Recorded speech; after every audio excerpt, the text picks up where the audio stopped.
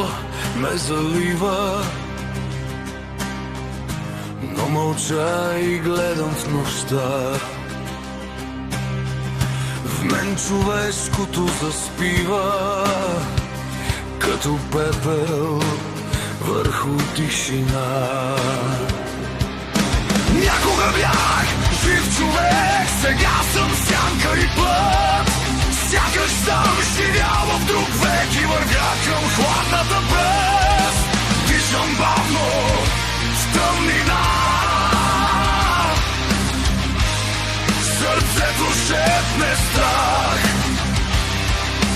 Нещо в мен се пропуква и чака своя край.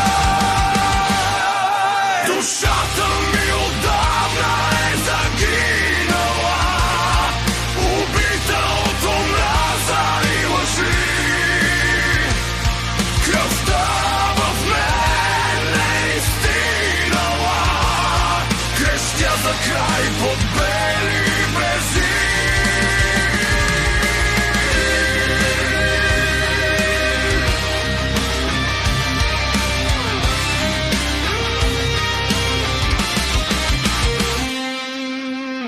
С мъртвешки тих блясък очите виждат светлина.